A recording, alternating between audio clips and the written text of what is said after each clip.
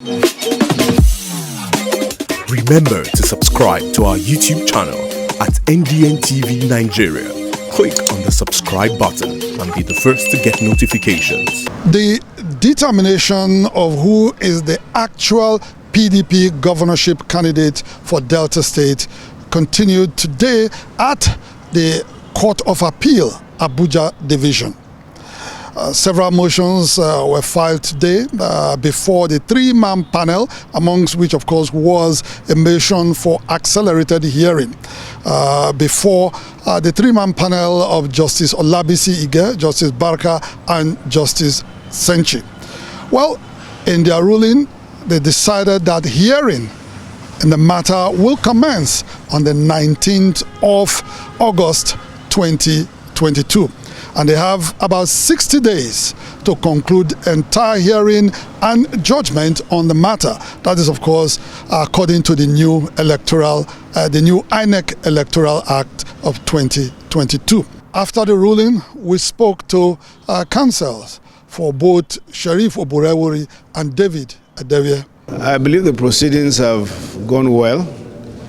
The court is fully dominus litis now. It's a pre-election matter. It's time sensitive. The Constitution has limited time for these matters to be heard and disposed of. And the court has shown great appreciation of that fact by the proceedings that took place today. The motion for accelerated hearing, which was heard today and granted by the court, does not in any way undermine or compromise the motion for stay. The motion for stay is live, is pending, and is before the court. What will happen to that motion will ultimately be clear to us on the 19th when we'll come back, which is the next adjourned date. INEC is not new to these matters. INEC has always handled these matters in a way that we know is a tradition in accordance with the law. We trust that INEC is obeying the law, and INEC will continue to obey the law until there is a decision by the court that finally brings this matter to rest. So a name of a candidate has gone into INEC. INEC is bound to respect that until there's a final determination by the Supreme Court of the land as to the fact that this candidate whose name is with you is not the candidate. This is basically just house cleaning to set the tone of how the appeal is about to be heard. They asked for abridgment of time. We've considered and we've come to 8 days for the respondents to file, 2 days for them to reply.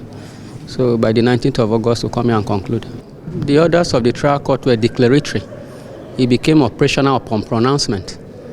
So by law, he is supposed to be the only valid candidate as at the 7th of July. And that should be on the INEC portal as at the 7th of July. The law is the law. Whether electoral act or no, the declaratory judgment is a declaratory judgment. A declaratory order is a declaratory order. It takes effect upon pronouncement. INEC of all people should know the law and will expect they abide by the law. It's as simple as that. They cannot tell us and the whole of the body of our corpus juris how they want to interpret a law that is clear. There's no separate law for INEC and a separate law for the litigants or a separate law for the respondents, as it were. The law is the law. A declaratory order becomes binding upon pronouncement and they are bound by it. So we should expect them to obey that. As at today, INEC has no appeal. As at when we speak, we are not aware of any appeal filed by INEC.